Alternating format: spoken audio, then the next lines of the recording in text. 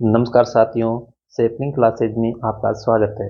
प्यारे साथियों, अपन पढ़ रहे थे परसेंटेज।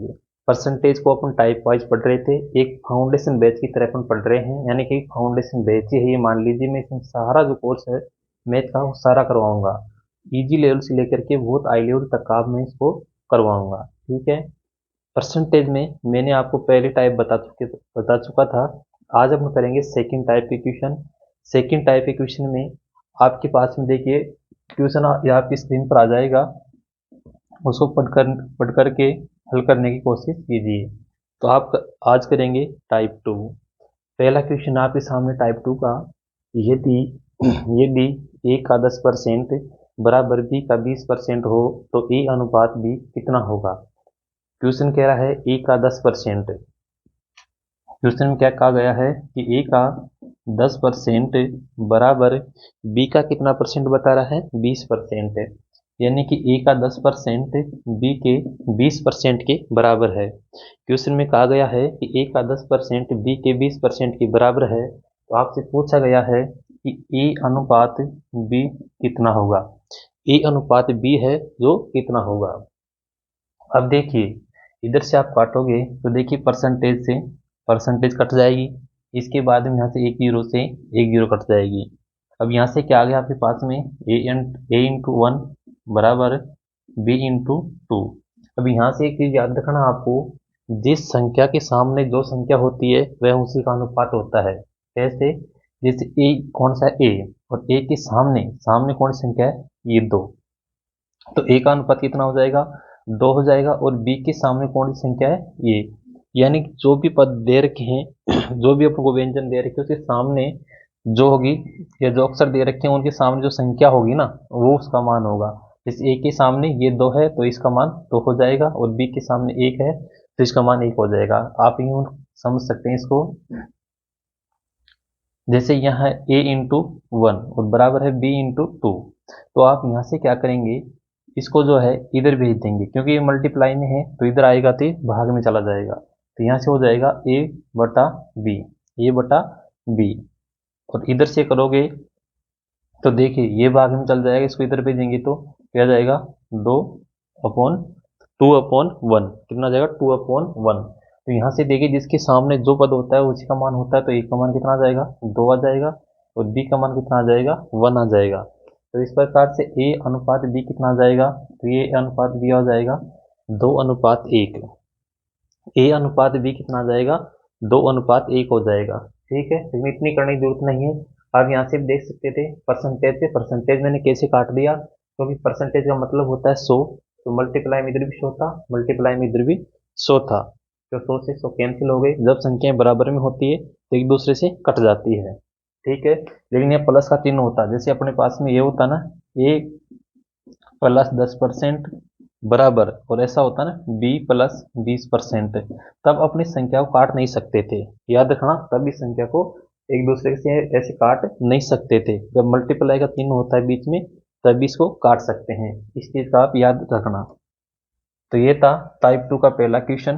अब करते हैं टाइप टू का दूसरा क्वेश्चन।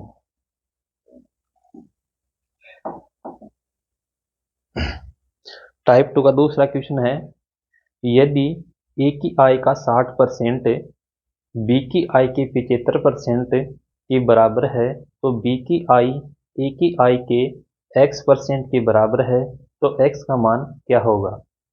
क्वेश्चन कह रहा है यदि ए की आय का 60% है। क्वेश्चन क्या कह रहा है कि ए की आय का 60%, ये कोई ए नाम का व्यक्ति है, इसकी आय का 60%, इसकी आय का 60% क्या है, बी की आय के 75% के बराबर है।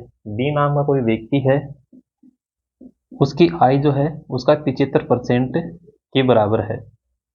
बी व्यक्ति की आय का 75% के बराबर ए की आय है। ये अपने क्वेश्चन में कहा गया है। ठीक है, अब यहाँ से देखिए इसको हल करेंगे तो परसेंटेज से परसेंटेज कैंसिल हो जाएगी। इसके बाद में आप इसको 15 से काटोगे तो देखिए 15 चौको 60 और 15 5 75। ठीक है, अब यहाँ से क्या आ गया, देखिए ए इंटू 4 बराबर बी इंटू 5, बी इंटू 5। अब यहाँ से मैं इसको सॉल्व करूँ तो यहाँ से ए अनुपात बी कितना आ जाएगा, बताइएगा आप जरा। ए अनुपात बी कितना आ जाएगा। तो यहाँ से देखिए ए के सामने वैल्यू कौन सी है, 5 की, तो ए का मान 5 हो जाएगा। अनुपात बी के सामने वैल्यू कौन सी है, 4, तो इसका मान हो जाएगा 4। अब ए अनुपात बी कितना आ गया, 4 आ गया। लेकिन क्वेश्चन का आंसर यहाँ पर अपने पास नहीं आया है। क्वेश्चन में आगे पे अपन से बोला है और आगे कहा गया है तो, यानी कि ऐसा हो तो कह रहा है कि बी की आई ए की आई के x% के बराबर है, तो ए का मान कितना होगा। अब कह रहा है कि बी की आई, कौन किसकी आई, बी की आई, ए के आई के x%। ए की आई कितनी है, 5। ए की आई कितनी है, 5 है। ए की आई कितनी, 5 है। और ई का, इसका x% है, इसका क्या, x%। और x% का मतलब परसेंटेज को उठाओगे तो बट्टे में 100 लग जाएगा, बटे में 100 आ जाएगा। यानी कि बी की आई ए की आई के x% के बराबर है। बी की आई कितनी है, 4 है। बी की आई कितनी है, 4 है। यानी कि ए की आई कितनी है, 5 है। तो 5 का x% के बराबर है किसकी आई, बी की आई। अब यहाँ से देखिए 5 से 100 काटोगे कितनी बार कटेगा, 2 बार। अब ये जो 20 है इधर जा करके वज्रगुणा हो जाएगा और 4 से मल्टीप्लाई हो जाएगा। जब 4 से मल्टीप्लाई इसको करोगे तो देखिए x का मान कितना आ जाएगा, 20 को 4 से गुणा करोगे तो 80। x का मान कितना आ गया, 80। तो इस क्वेश्चन का तो सही आंसर होगा कितना होगा, 80। देखिए क्वेश्चन में अपने क्या चीज सीखी, पहला जो क्वेश्चन था उसका आंसर यहाँ तक ही था। सेकेंड क्वेश्चन में एक स्टेप और बढ़ाकर क्वेश्चन पूछा तो आंसर इस प्रकार से आया। ठीक है, तो इस प्रकार से हम टाइप वाइज पढ़ेंगे ना तो हमको पता भी चलेगा क्वेश्चन किस किस प्रकार से आ सकते हैं और उनको हल करने का तरीका क्या होता है।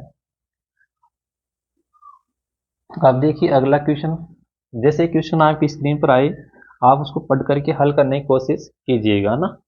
अब देखिए अगला क्वेश्चन है, एक संख्या के 69% और 45% के बीच का अंतर 480 है, 480 है। इस संख्या का 56% कितना है, इस संख्या का 56% कितना है। देखिए क्वेश्चन में कहा गया कि कोई भी एक संख्या थी, उस संख्या के 69% और 45% के बीच का अंतर 480 है। ठीक है, मैं मान लेता हूँ कोई संख्या x थी, कोई संख्या x थी और उसका 69%, उसका 69% और 45% के बीच का अंतर। बीच के अंतर से मतलब ये हुआ ना कि दोनों में माइनस करना होगा।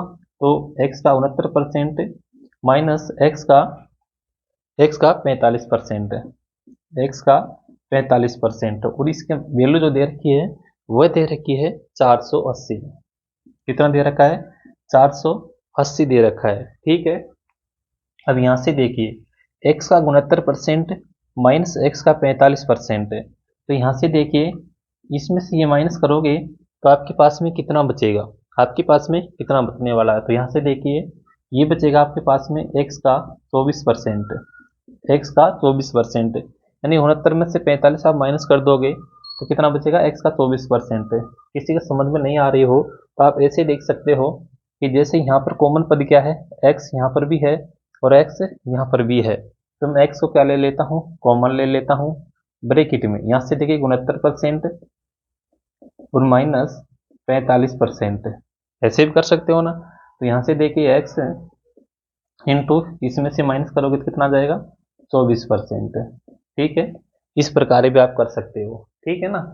अब यहाँ से देखिए ये आ गया x का 24% है और इसका मान कितना दे रखा है, 480। इसका मान कितना दे रखा है, 480। अब यहाँ से देखिए इससे को काटोगे आप 24 से तो 24 से कितने बार कटेगा, 20 बार। 24 से कितने बार कटेगा, 20 बार। इसका मतलब क्या हुआ कि x का 1%, x का 1% कितना है, 20 है। x का 1% कितना है, 20 है।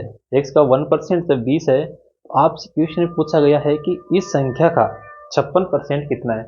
संख्या से अपना कोई मतलब नहीं, अपने को तो संख्या का 56% निकालना है। जब 1% का मान अपने को पता है कि 20 है तो अपन नहीं निकाल सकते कि x का 56% कितना होगा, क्योंकि इस संख्या और इस संख्या कौन सी x है, x क्या है, संपूर्ण टोटल संख्या है। जब x टोटल संख्या है और टोटल संख्या का 1% 20 है तो हमको पता है कि 56% कितना हो जाएगा, तो देखिए 1% को 56 बढ़ाने के लिए 56 से इसको मल्टीप्लाई कर दिया 1 को, तो 56% बन गया। जब इधर मल्टीप्लाई 56 से किया तो इधर भी मल्टीप्लाई 56 से कर दो, सीधी सी बात है। तो इधर 56 से मल्टीप्लाई करोगे तो कितना आ जाएगा आपके पास में 1120।